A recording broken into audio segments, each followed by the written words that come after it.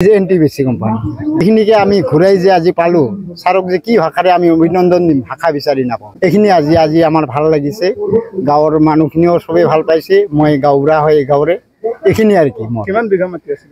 Total মাটি আছিল 565 বিঘা, 64 বিঘা 4 কাঠা 3 দেচা মাটি। তাৰে ভিতৰত 300 বিঘা মাটি কোম্পানীয়ে এলটমেণ্ট পাইছিল। কেইটা গাঁৱৰ মাটি হয় এইটো? অকল আমাৰ গৌৰাংটাৰী গাঁৱৰে মাটি। দাগ নাম্বারটো হলো 84/128।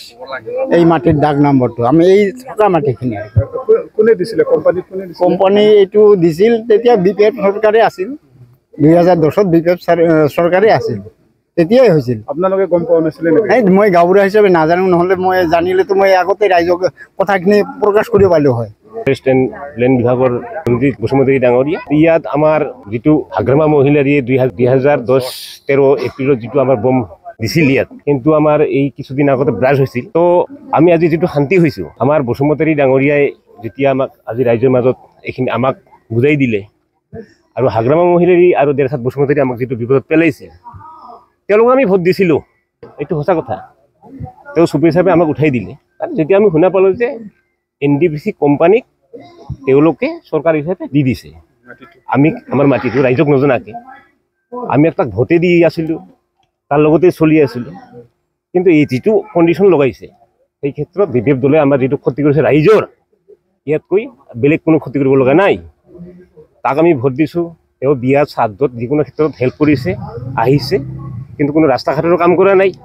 এইটো এটা ৰাস্তা 17 বছৰ ৰাজত্ব কৰিছে, কিন্তু আজিৰ দিনত কৰাই নাই। কিন্তু নতুন চৰকাৰ হিচাপে আমি যিটো শান্তি পাইছোঁ, 4 বছৰ হোৱাই নাই, তাৰ মাজত আজিৰ দিনত আমাৰ ইউপিপিএল দলৰ ৰঞ্জিত বসুমতাৰী ডাঙৰীয়ে এই এনটিপিচিক যিটো বিপিএফ দলে দি দিছে দান, সেইটো আমাক ৰাইজক আজি ঘূৰাই দিলে। তাৰ কাৰণে বহুত ধন্যবাদ থাকিল ছাৰলৈ। আৰু আমি কি ভাষাৰে জনাম সেইটো আমি নিজে ক'ব নোৱাৰিম। ঠিক আছে? খেতি কৰা মাটি আছিলে? খেতি কৰা নাই, বসতি কৰে। এইবিলাক তামোল ঘৰবাৰী, এই মানুহ আমি যে আছোঁ, খেতি বাতিটো আছে, বাগান চাগানো আছে। আমি চিন্তা কৰিছোঁ ল'ৰা ছোৱালীক লৈ আমি ক'ত যাম, আমাৰ বেলেগতৰ মাটিও নাই।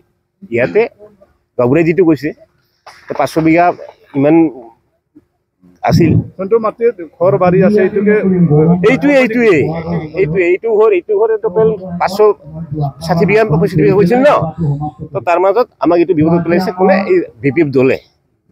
তাৰ মাজত আমি যে ঘূৰাই পাইছোঁ 500 বিঘাৰ ভিতৰত 300 বিঘা দিব ওলাইছে, বাকীখিনি আমি ক'ত থাকিম ক'ত নাথাকিম, সেইটোহে আমাৰ মেইন সমস্যা আছিল। তো ঠিক আছে, আমি ৰাইজে বহুত শান্তি। এইবিলাক দলে আমাক যিটো ৰাইজক সহায় কৰিছে, তাৰ বাবে বহুত ধন্যবাদ। এইখিনিকৈ মোৰ বক্তব্য সামৰণি মাৰিছোঁ।